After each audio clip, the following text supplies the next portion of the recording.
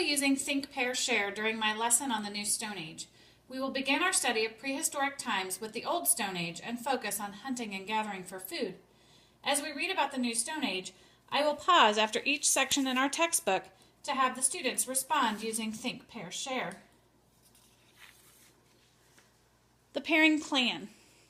Students are seated at kidney tables in my room, so relying on shoulder partners can be tricky. I plan to use colored dots stuck on the table at each student's seat. Orange ones will pair with green twos, yellow ones will pair with blue twos, and the reds will turn around and pair together with the numbers 1 and 2 designated.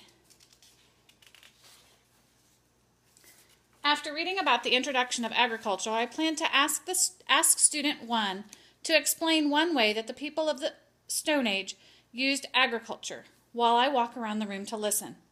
After a minute or two, I will switch so that student 2 can add another example.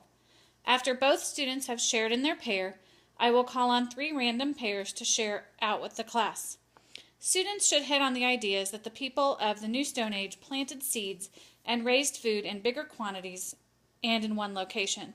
They should also mention that animals were domesticated and kept for meat and milk. The next section we read is about housing. I plan to cover the terms compare to find similarities and contrast to find differences. Student 2 will begin by comparing the housing between the Old and New Stone Ages. After a minute or two of monitoring, student 1 will contrast the housing options in the Old and New Stone Age. Again, 3 pairs will be called on to summarize what they shared and talk about how both used natural resources, but in the New Stone Age, homes were permanent, and in the Old Stone Age, they had to be portable to travel. The final section of this lesson has to do with the specialization of jobs. Students will be asked how people spent their time in the Old and New Stone Ages. 6th graders love to decide things with rock, paper, scissors, so the winner shares first. Then the other student will have a chance to agree, disagree, or add to the ideas. Pairs who have not shared out yet in this lesson will be asked to explain their thoughts.